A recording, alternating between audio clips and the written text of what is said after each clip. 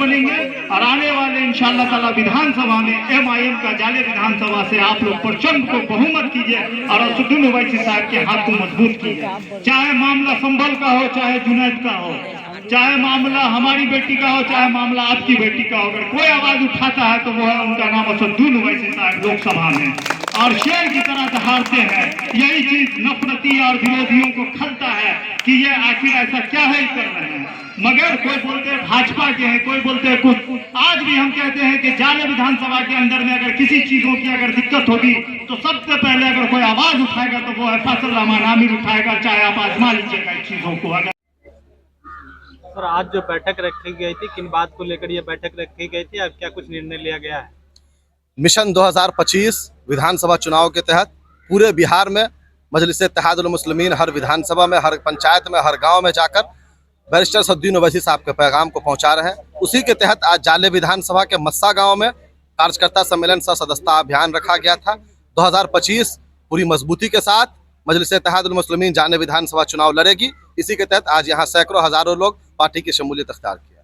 Sir ये बैठक आप हर जगह कर रहे हैं और अच्छे खासे लोग भी आपके बैठक में शामिल हो रहे हैं, क्या लगता है ये भीड़ वोट में तब्दील हो पाएगी? इंशाअल्लाह आप देखिएगा किस तरीके से सदन से लेकर सड़क तक मजलूमों की आवाज़ बैरिस्टर असदुद्दीन ओवैसी साहब लड़ते हैं। उसी को देखकर यहाँ की आवाम, जाले विधानसभा की आवाम देख रही है कि हमारी लड़ाई कौन लड़ रहा है। सड़क से लेकर सदन तक जो हमारी लड़ाई लड़ रहा है उसके साथ हम खड़े रहेंगे और इंशाअल्लाह 2025 में पूरी उम्मीद है कि जाले की आवाम मजलिस-ए-इत्तेहादुल मुस्लिमीन के उम्मीदवार को जिताकर यहाँ से भेजेगी। सर वोट की बात होती है तो दावेदारी पेश करने के लिए हर पार्टी अपना अधिकार जमाती है। जब मामला पीरा से जुड़ा हो तो सभी पार्टी अपना दामन छुड़ाना चाहती है। ताज़ा मामला आप नगर पंचायत भरवारा के मुख्य बाजार, जो तकरीबन 50 गांव का मार्केट है और एक बड़ी बाजार के नाम से प्रसिद्ध है, वहां के मेन चौक बोका चौक पे जिस तरीके से नकाब उतरवाने को लेकर 4 मंचलों ने लड़की के साथ छेड़छाड़ की, सारा मामला CCTV कैमरे में रिकॉर्ड हुआ। दोनों दक्षिणी साइड में तो सिंगवारा थाना है, उत्तरी साइड में जाले था, फिर भी अपराधी वहां से भाग निकले। सभी रास्ते पे CCTV कैमरा लगा हुआ है। क्या लगता है ये लोगों को यही समझना पड़ेगा? हमने थाना प्रभारी से ही बात किया, हमारे युवा प्रदेश अध्यक्ष आदिल हसन साहब ने SP से ही बात किया है और हम लोग टाइम दिए हैं कि 2 से 3 दिन के अंदर में अगर गिरफ्तारी नहीं होती है तो फिर आगे लड़ाई हम लोग इसकी लड़ेंगे। लोगों को ये समझना पड़ेगा कि आपकी लड़ाई कौन लड़ रहा है। वोट लेने के समय सब आ जाते हैं, लेकिन आपके जब लड़ाई लड़ने का वक्त आता है तो कोई नजर नहीं आता है।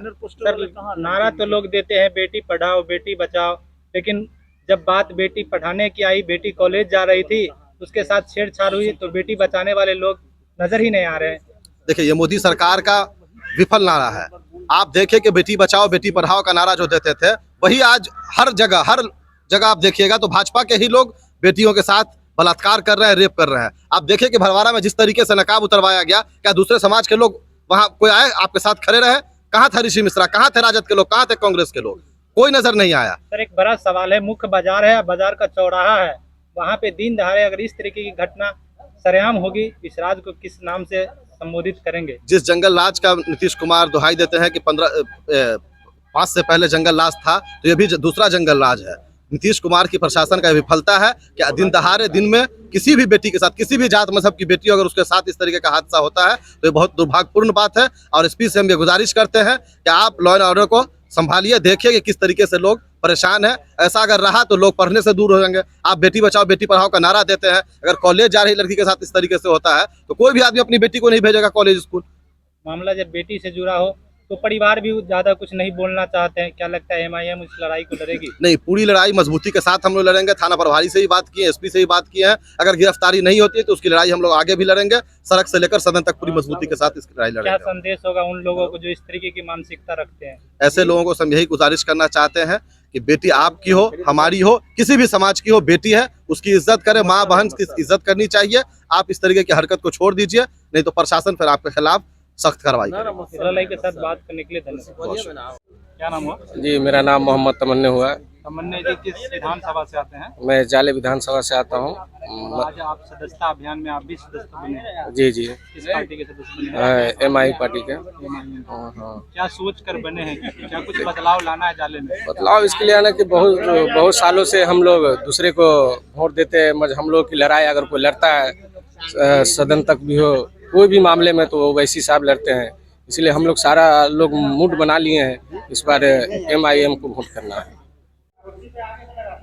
MIM की तरफ से जिस तरीके से जाले विधानसभा में सदस्यता अभियान पे जोर डाला गया है, आप बतौर मीडिया प्रभारी मिथिलांचल देखते भी हैं, किस नज़र से देखते हैं इस सदस्यता अभियान को? क्या कुछ तैयारी को लेकर ये रूप दिया गया है?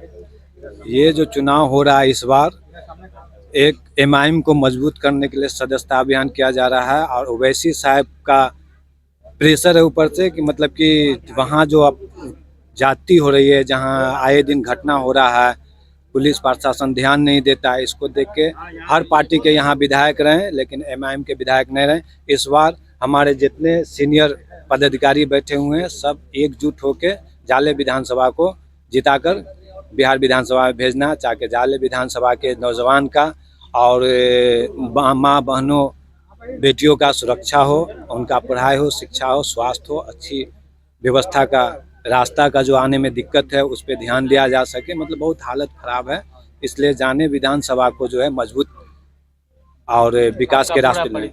मेरा नाम मोहम्मद आज़ाद खान, पूर्व मीडिया प्रभारी, दरभंगा जिला।